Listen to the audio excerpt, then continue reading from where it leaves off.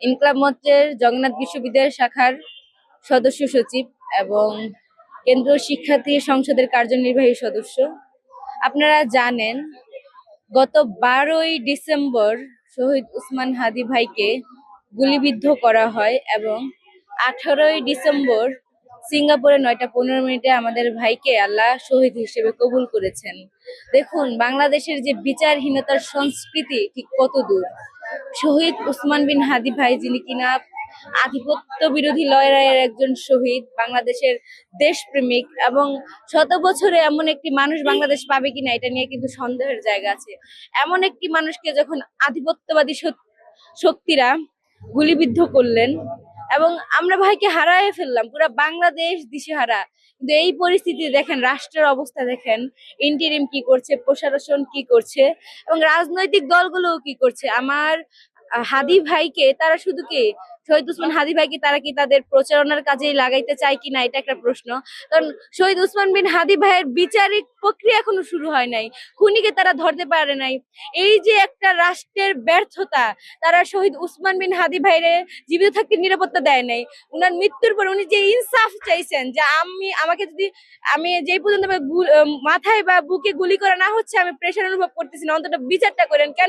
বিচারটা কেন করেন? না হলে এরকম কেউ আর বাংলাদেশে জন্মাবে না। কিভাবে জন্মাবে? শহীদ উসমান বিন হাদি ভাইয়ের বিচার কমপ্লিট না করলে ইনসাফের বাংলাদেশ হইতে পারে না। শহীদ উসমান বিন হাদি ভাইয়ের বিচার কার্যক্রম শুরু করে খুনিদের দৃষ্টান্তমূলক শাস্তির মধ্য দিয়ে বাংলাদেশে ইনসাফের রাষ্ট্র কায়েম হতে পারে বলে আমি বিশ্বাস করি। এবং আমি আহ্বান করছি, আপনারা এখনো সময় আছে, আপনারা ন্যায়ের পক্ষে থাকেন, ইনসাফের পক্ষে থাকেন। যেই দালালেরা বাংলাদেশে অস্থিতিশীল করতে চেষ্টা করছেন, আপনারা শুধরে যান।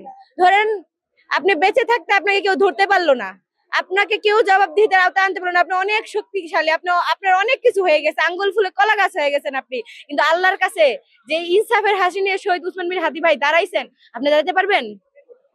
কিসের এত লোভ লালসা? তো আমি আজকে এখানে দাঁড়ায় একটাই দাবি, আমার এক এবং একটি দাবি, সেটি হচ্ছে শহীদ উসমান বিন হাদি ভাইয়ের হত্যার বিচার কার্যক্রম করে বাংলাদেশের ইনসাফের রাষ্ট্র স্থাপিত করতে হবে। শহীদ উসমান বিন হাদি ভাইয়ের হত্যার বিচার ছাড়া ইনসাফের রাষ্ট্র হইতে পারে না। আর আরেকটি মেসেজ আমার পক্ষ থেকে, কিছু দালালেরা এখন বলছে যে জাবের ভাই নাকি উসমান ভাইকে কুক্ষিগত করতে চাচ্ছে এবং ইনকলাব মঞ্চে নাকি উসমান ভাইকে কুক্ষিগত করতে চাচ্ছে। আপনারা জানেন, এই দালালেরাই উসমান ভাইকে বলেছিল হাঁটার বয়সী, এই দালালেরা উসমান ভাইকে বলেছিল মব্বাস। আজকে তারা জাবের ভাইকে কিভাবে ডিহিউম্যানাইজ করার চেষ্টা করতেছে। এখন কিছু দালালেরা শহীদ উসমান বিন হাদি ভাই যখন তার বই শেষ হয়ে গেছিল এবং বই ছাপানোর জন্য সে প্রকাশককে 2 বছর খুঁজেছে, তাকে কিন্তু খুঁজে পায় নাই। ভাই মৃত্যুর পরপরই সে 10,000 1,000 বই ছাপিয়েছে কোন রকম অনুমতি ছাড়া। ভাইয়ের যে বই আছে সেটার যদি কোনো আর্থিক অধিকার কারো থাইকা থাকে সেটা তার ছেলের। জাবের ভাই চান এটা হচ্ছে তার ছেলেকে যেভাবে হস্তান্তর করতে। এই যে দালালেরা, আবার আরেক দালাল কি করেছে, সে ক্যালেন্ডার ছাপাইছে। উসমান ভাই এক লাইনে হচ্ছে বলতো যে আমরা ওই ধরনের ছেলে মেয়েদের চাই যারা যোগ্যতা সম্পন্ন, যারা দেশের জন্য কাজে লাগবে। আপনি একটা কমেন্ট করতে 5টা বানানের ভুল করছেন, আপনি আসলে দেশের জন্য কিভাবে কাজে লাগতে পারেন? তো একজন সে বলছে সে অনেক উসমান ভাইরে ভালোবাসে। আমরা জানি বাংলাদেশের প্রতিটা মানুষ উসমান ভাইকে কি পরিমাণ ভালোবাসে, কিন্তু এই দালালেরা তারা শুধু ভালোবাসে নিজের স্বার্থকে, নিজের টাকাকে, বাণিজ্যিক উদ্দেশ্যকে।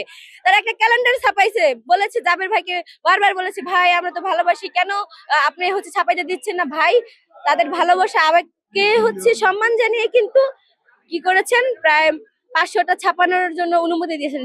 তারা কি করেছে, প্রতিটা পৃষ্ঠায় বানানে ভুল করেছে এবং সবচেয়ে লজ্জার জায়গা শহীদ উসমান হাদি ভাইয়ের শহীদ বানানে উনারা ভুল করেছে। ক্যালেন্ডারে ফেব্রুয়ারি মাস 2বার, এখন মার্চ মাস নাই। এই যে তারা কি আসলে উসমান ভাইকে ধারণ করে কিনা?